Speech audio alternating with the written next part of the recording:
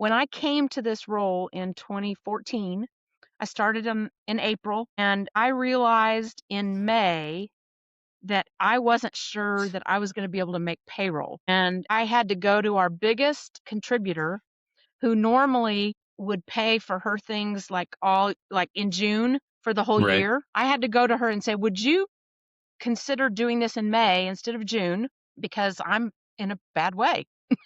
And she did, and fortunately.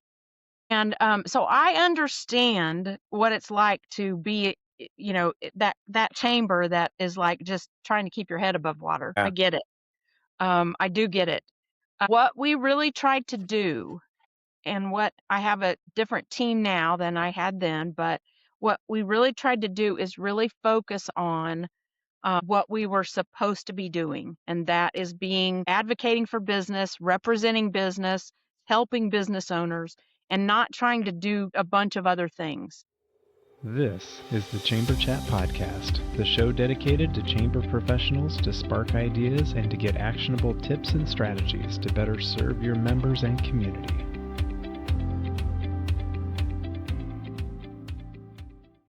Hello, Chamber Champions. Welcome to Chamber Chat Podcast. I'm your host, Brandon Burton, and here on Chamber Chat, I introduce you to people and ideas to better help you serve your chamber members and your community. Our guest for this episode is Sheila Thomas. Sheila has served as the president and CEO of the Table Rock Lake Chamber of Commerce since 2014. Before joining the chamber, Sheila served as executive director of the Ozarks River Heritage Foundation, where she partnered with the U.S. Army Corps of Engineers to manage several core properties, including the Dewey Short Visitor Center and multiple campgrounds. While much of her career has been spent as a successful real estate broker in the Branson area, her professional roots are in journalism, public relations, and marketing, a foundation that continues to influence her strategic leadership style today. Under Sheila's leadership, her chamber team has earned 20 awards from the Chamber of Commerce Executives in Missouri, an International Award for Digital Marketing, and the Marketing Campaign Award from the Missouri Division of Tourism. The organization has also been voted best in Southwest Missouri for 3 consecutive years. Sheila is a member of the Rotary Club of Table Rock Lake and currently serves as the board of directors for the Chamber of Commerce Executives of Missouri. She is a graduate of Leadership Missouri and has been recognized as one of Springfield's Business Journal's 20 Most Influential Women and by Ingram's magazine as one of 50 Missourians to know. Sheila and her husband Gordon have 3 children and 4 grandchildren, and when she's not championing for her community, you'll find her boating on Table Rock Lake or spending time with her grandbabies. But Sheila, I'm excited to have you with us today here on Chamber Chat Podcast. I'd love to give you an opportunity to say hello to all chamber champions who are out there listening and to share something interesting about yourself so we can all get to know you a little better.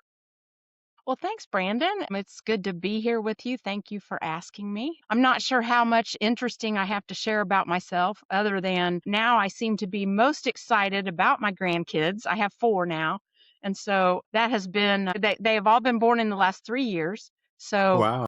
yeah, so that has been quite a life-changing thing for us. We tend to try to figure out how we can go either north to Kansas City or south to Fayetteville, every weekend just about. Yeah. So that's been an exciting thing. And I love living here at Table Rock Lake because I absolutely love being out on the lake and spending time there in the summer times. Well, you're doing something right if the grandkids are pulling you in those directions. Yeah.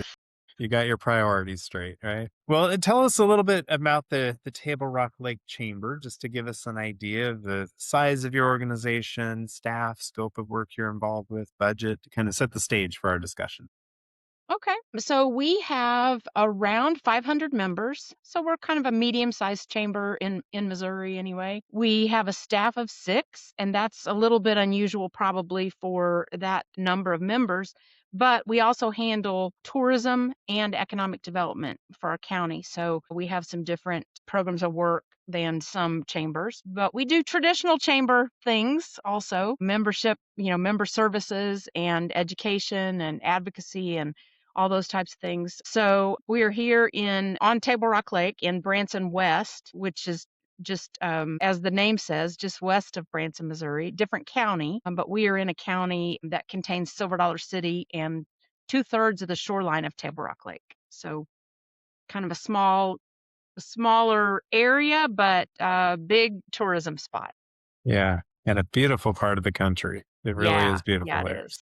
You guys got a great spot. Well, I think that helps to kind of set the stage for our discussion today. So we'll focus most of our discussion around diversifying programming and how it can help boost and sustain different areas of work within your chamber. So we'll dive into that in much more detail as soon as we get back from this quick break. Hi, I'm Joe. And I'm Rose. And we're the founders of At My Community, a mobile app that can be customized to meet the unique needs of your Chamber of Commerce. When we started At My Community, we envisioned a tool that would help communities thrive by simplifying communication and enhancing engagement. Chambers of Commerce face unique challenges, and we're here to help you tackle them. At My Community helps the Evergreen Area Chamber of Commerce to create an app that keeps tourists informed even when their office is closed. They provide 24/7 access to local business information, which helps support the local economy and community engagement. In Rocky Mountain House, we helped Rocky Chamber create an app with dynamic itineraries and digital resources for tourists, increasing local business engagement. The app has become an essential tool for the community, promoting events and boosting visibility for local merchants. Today, we empower more than 200 chambers of commerce, campgrounds, and RV resorts to streamline communication, informing members about events, sharing business updates, and providing a digital hub for the community, all in one convenient app. When you partner with At My Community, our team works closely with you to create an app that meets your chamber's unique needs. As your community grows, our app evolves with you. We are here to ensure you engage effectively with your members and streamline your operations. Schedule a demo today at atmycommunity.com. We can't wait to meet you. Are you ready to take your organization's funding to the next level? Hi, I'm Clint Neesmith, CEO of Resource Development Group. As a Chamber of Commerce or Economic Development Organization leader, I know you understand the value of working with experts who understand your world. And that's exactly what RDG does best. For over 30 years, RDG has specialized in fundraising for EDOs and chambers. We bring cutting-edge strategies tailored to your organization, whether you're just starting out or gearing up for yet another new funding cycle. Importantly, our firm executives are hands-on from start to finish, from the feasibility study to the successful conclusion of your fundraising campaign, and our team brings deep industry roots and national expertise to every engagement. No matter the size of your community, RDG delivers data-driven, innovative revenue solutions, reinforcing ROI to investors and making sure your vision becomes reality. At RDG, we proudly build organizations that build communities. Visit us today at rdgfundraising.com and let us partner with you, building a stronger future for your organization and the community you are working to grow and develop. Hey, Chamber execs. Are you juggling ribbon cuttings, grant deadlines, membership renewals, and a rogue newsletter that just won't format? That's where Econ DevOps comes in. We're a virtual assistant agency built exclusively for chambers and EDOs. From social media to CRM cleanup, event planning to inbox management, we handle the behind-the-scenes work so you can focus on impact. And here's the best part. We don't just assign a random virtual assistant. We match you with someone who fits your workflow, your communication style, even your level of type A. Visit econdevops.com or email us at hello@econdevops.com and finally cross hire help off your to-do list. Econ DevOps, helping community champions make a bigger impact.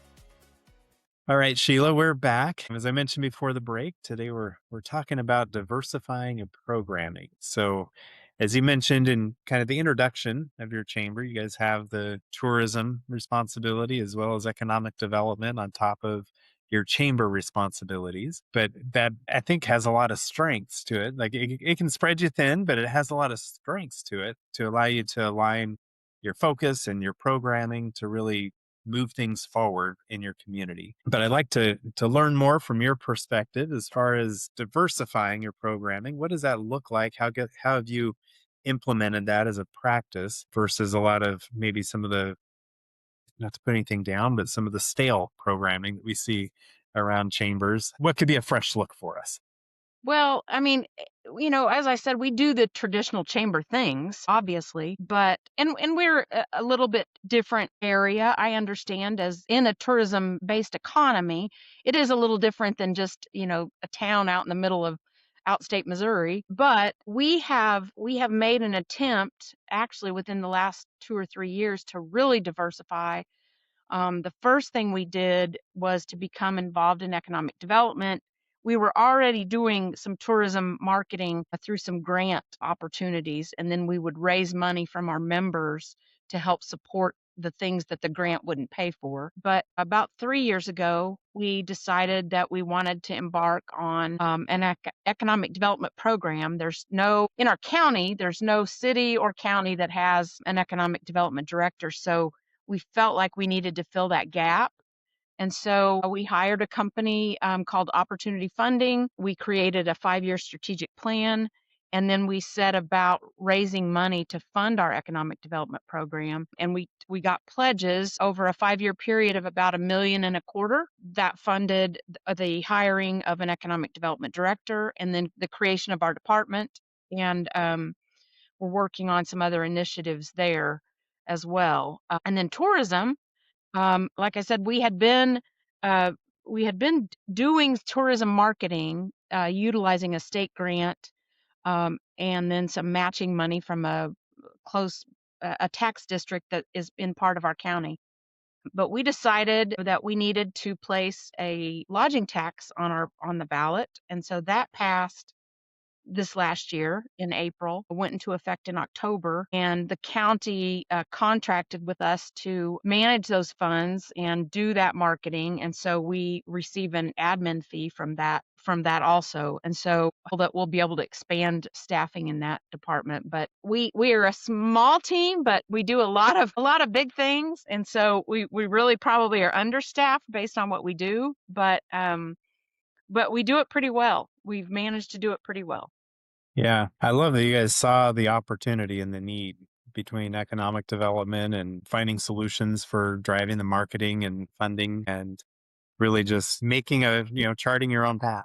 You're not Well, asking that's for kind of permission my belief necessarily. about what chambers should be doing. You find an opportunity in your community or a need, and then you figure out how to fill that gap related to business and the economy, obviously, not a social service type gap, but yeah, we just felt like we were the best equipped to do it. So if not us, then who? So we did it. Right. Yeah, and great opportunities for you guys to be able to step into those two areas with Yeah. tourism and economic development. So, and thinking for those listening, maybe they're in small town USA and they don't have the same kind of scale of needing the economic development or the tourism driver. Or you have the other end of the scale where maybe they are in a bigger community and there's a separate destination marketing organization or Hmm. economic development, organization.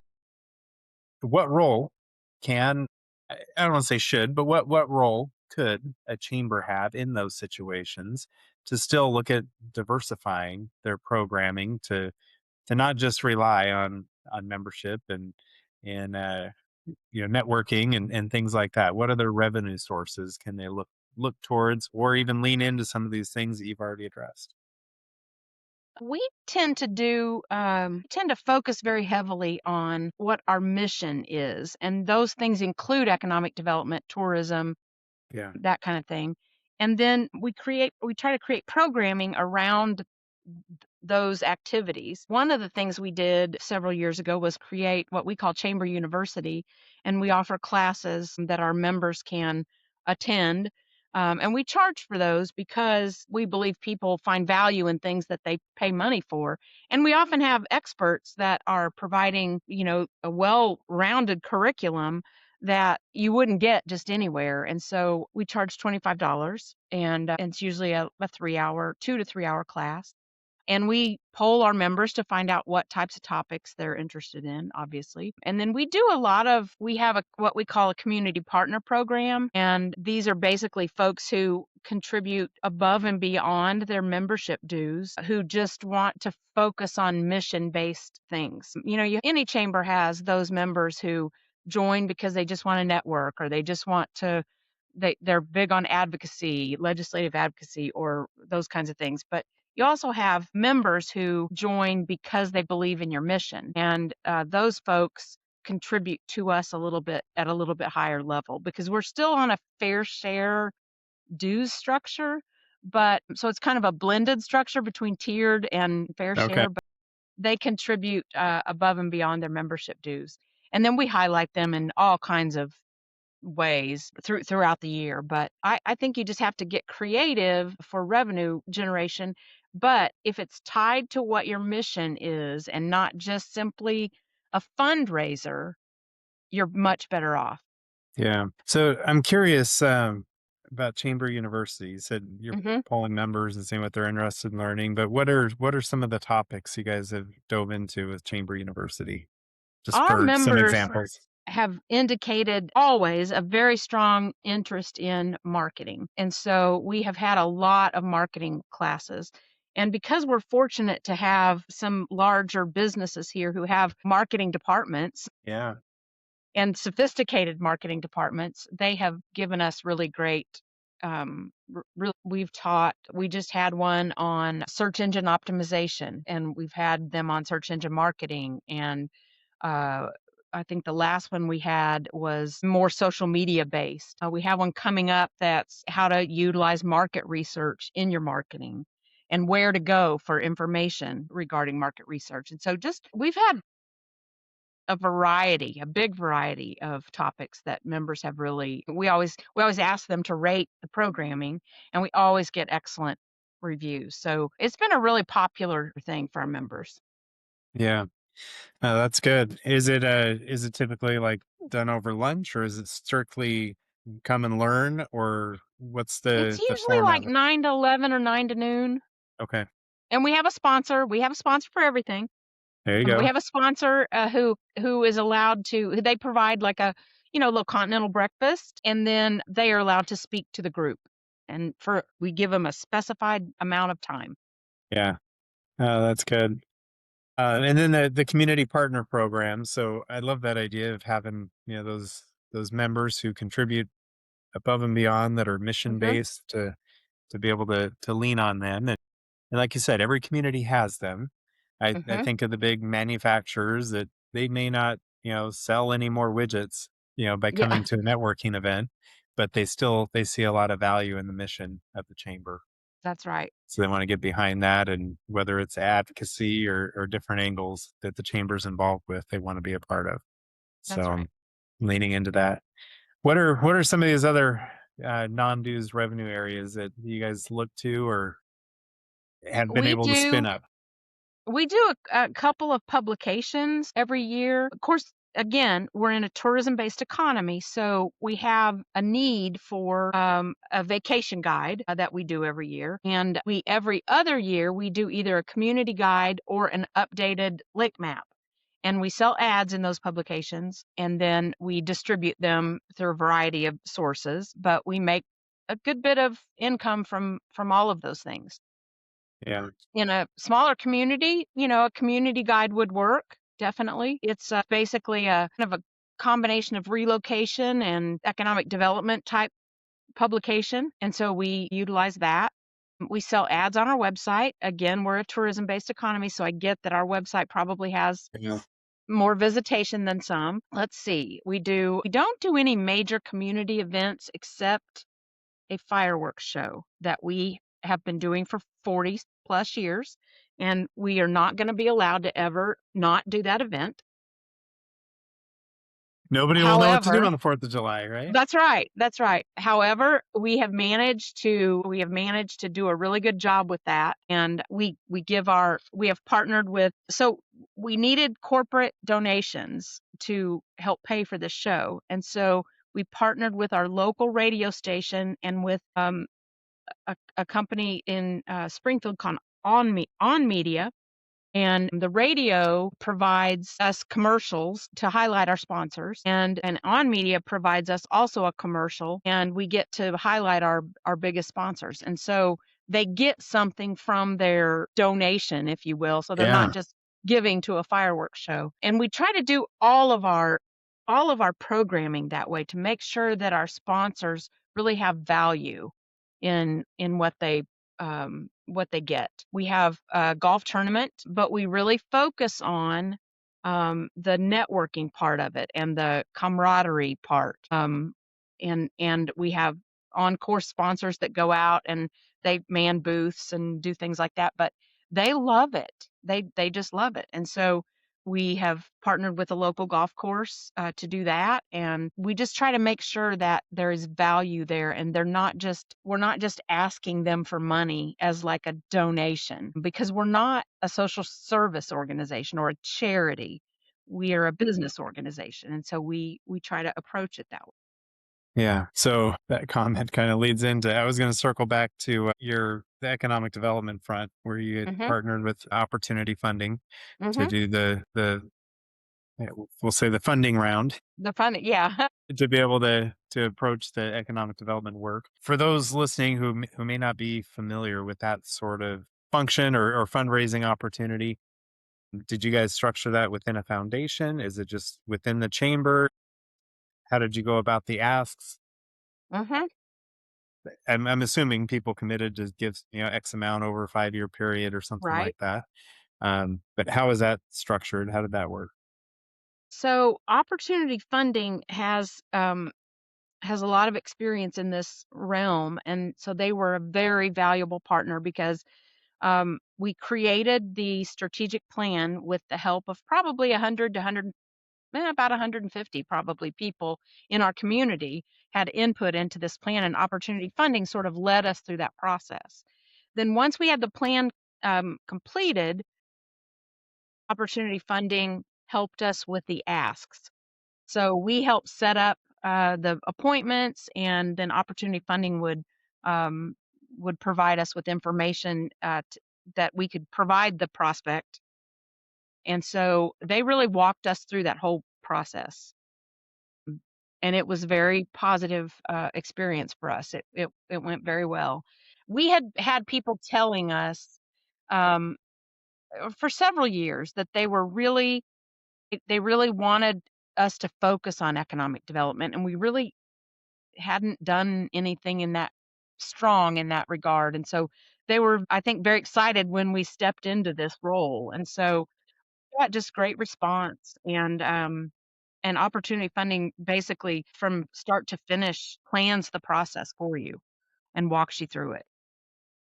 Okay. So is it all being held within the chamber, or did you guys do a separate Yes. foundation? So we have a foundation, um, and some of the prospects wanted their money to go to the foundation, but we have a management agreement with the foundation and the chamber, between the management agreement between the chamber and the foundation, and so we are able to utilize both. So either Most of the way. money comes into the chamber. Okay. Is there any strategic advantages of having it come into the chamber versus the foundation, or vice versa, that you can identify? Really, it's just depends on how the prospect, if they want to donate it to a 501(c)(3) or Yeah. a Like the tax 501(c)(6). write-off, or yeah. Yeah, tax write-off or business expense, kind of, one or the others. Yeah. Okay. Very good. And then with the tourism marketing, Mhm. I think that's great that you guys took that on to get that on the ballot, to be able to get the lodging tax. Kind of surprised it wasn't there already. I thought that was a normal thing for anywhere. You stay at a hotel and you're I paying know. your hot funds, and then it's going to whoever's driving tourism. But to see the need there and to be able to take it from idea to execution, what was that like, trying to get it on the ballot, and what kind of challenges did you guys face with that? Uh, Wow, that's a loaded question. So we met with several groups of people leading up to the decision. Our county commission was favorable in terms of putting a tax on the ballot. They believed that was a good thing. we decided on a lodging tax rather than just like a retail type tax. So it went on the ballot, and then we began trying to educate people, because it is one of those things. A lodging tax, anywhere you go, you pay a lodging tax. Right. But people here in our area are very, very tax averse. And so we didn't know how it was going to work, but it did pass, and it's going to give us some money that we didn't have to be able to promote our area. And so we're in a county of about 32,000 people, but our largest city is 2,500 people. And so, and where my office is in Branson West, that's about almost maybe 500 people. That's it. Yeah. And so there's a lot of nightly rentals here, and not a lot of big hotels or anything like that, but a lot of nightly rentals. And so we just saw that as an opportunity to give us some money to promote us and our area versus, so we're 9 miles, 10 miles from Branson, and they have a very large budget for tourism marketing, but we wanted to market our own little Yeah. corner of the world. And so that gives us that opportunity. Yeah, no, that's great. And I think for anybody who's considering that, I mean, as far as a revenue source, that's coming from people outside of the community. So you're not going to the business Right. owners and the residents and saying, we want to impose this tax on you, but it's those that come and enjoy our amenities, who use our roads, who Right.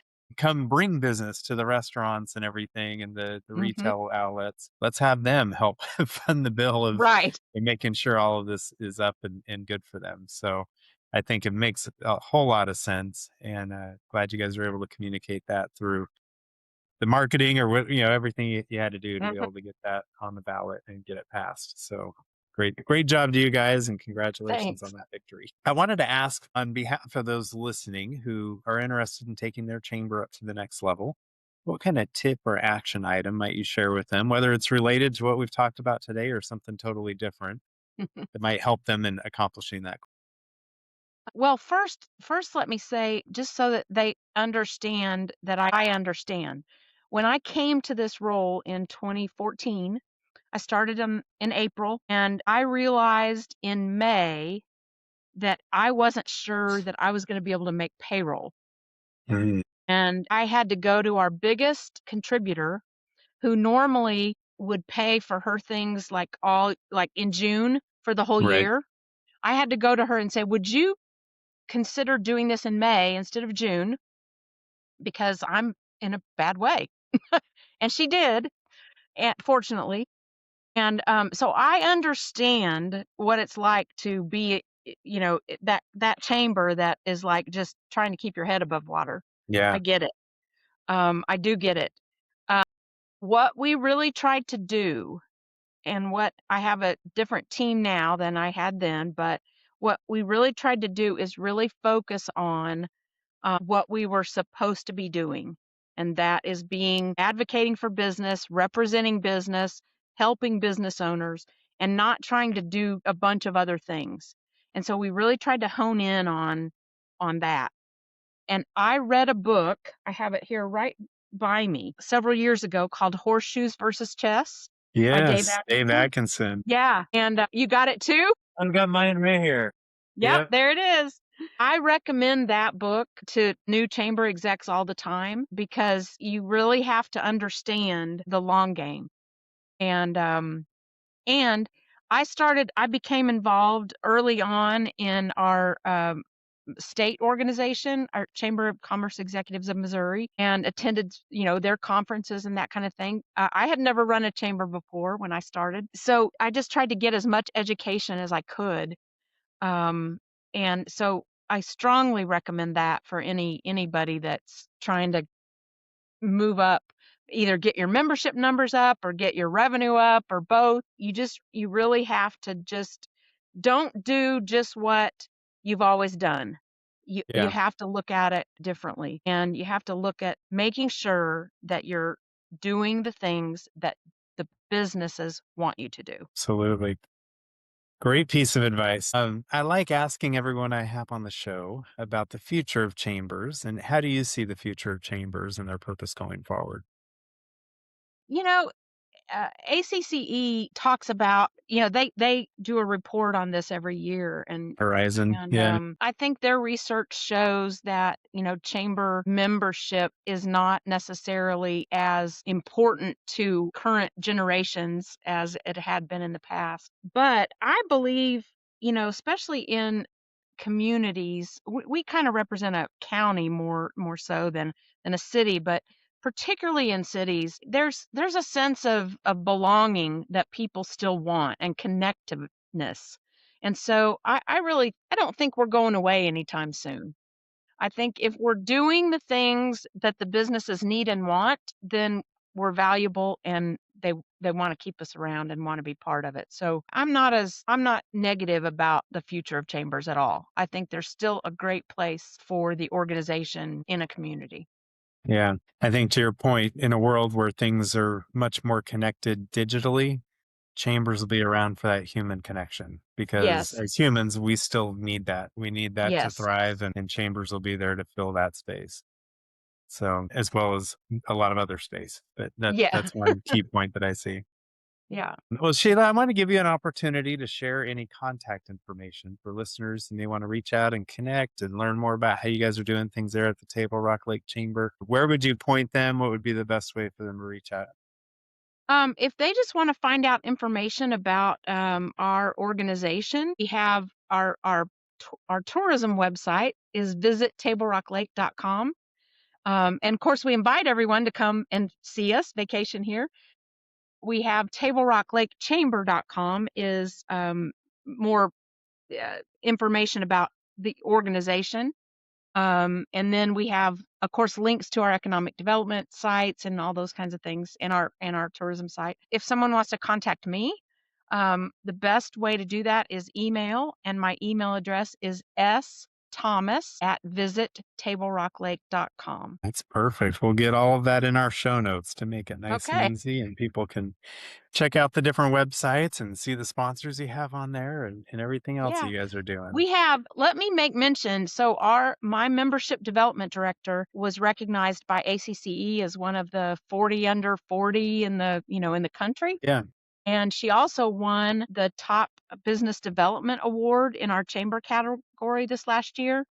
And so she's a great resource for people that are interested in learning a little bit more about membership pitches or sales, anything like that. And then I have a couple other great resources too, tourism marketing and economic development. So Yeah. if we can help, we'd be happy to.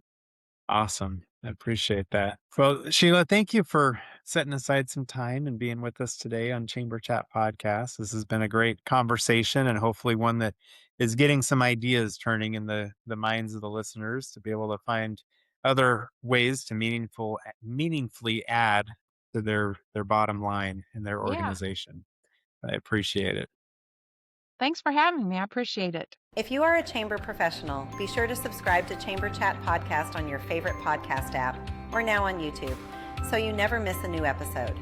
New episodes are released each week and delivered right to you. If you're finding value in the podcast, please take a moment to leave a rating and review on Apple Podcasts, Spotify, or wherever you listen. It really helps others discover the show. And most importantly, share Chamber Chat Podcast with your colleagues in the industry so we can continue to grow and strengthen the chamber community together.